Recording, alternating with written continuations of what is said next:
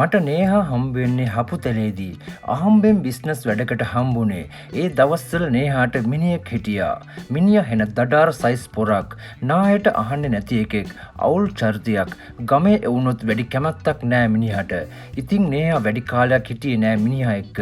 මාත් එක්කම බදුලු ආවා. කෙටියෙන් කිව්වොත් පැනලා තමයි ආවේ. පස්සේ අපි කාලයක් සතුටින් හිටියා. මම ජොබ් එක කළේ බදුල්ලේ ටවුන් එකේ.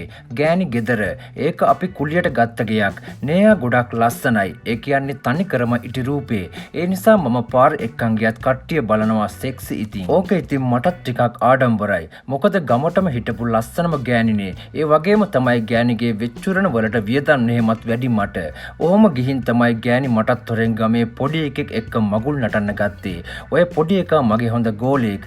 ඌ එක එක වැඩවලට ගෙදර ඇවිත් අපේ එකේ එක්ක හාද වෙලා. මුන් දෙන්න Facebook එකෙන් chat කරලා. ඔහොම ගිහින් මට ටිකක් සැක හිතුණා. මම ගෑනිට හොරින් ගෑනිගේ ෆෝන් එක බැලුවා. වැඩේ මාට්ටු. මුන් දෙන්න මට හොරෙන් ගේම ගහන්නේ. කොටිම මු රූම් ගානෙත් අරන් ගිහින් මුන් දෙන්නට අරුම පුදුම ආසාවල් තිබිලා තියෙන්නේ. අහන්නකො වස්තුව මට ඔයාව ඕනි. ඔයා හෙට එනවද? මම අරන් දුන්න නිල් පාට නයිටි එක ඇඳන්. තව බඩක්. අපි දෙන්න හවස ෆිල්ම් එකක් බලන්නත් යමු. අද අයියා රෑ වෙනවනේ. ඔන්න ඔහොම මැසේජ් ගොඩක් තිබ්බා. මං ඒ වෙලාවේ තමයි ගෑනිව ගෙනල්ලා ප්‍රශ්න කළේ. අන්තිමට ගෑනිට පිළිගන්න වුණා. මම ගෑනිට ගැහුවා. ලේ පිරෙන්න ගැහුවා. අන්තිම ගෑණි වැඳ වැටුණා. ඒත් මම ඇතෑරියේ නෑ. ගමේ වුණොත් කලබල වෙලා ආවා. ගෑණිව හොස්පිටල් අරන් ගියා.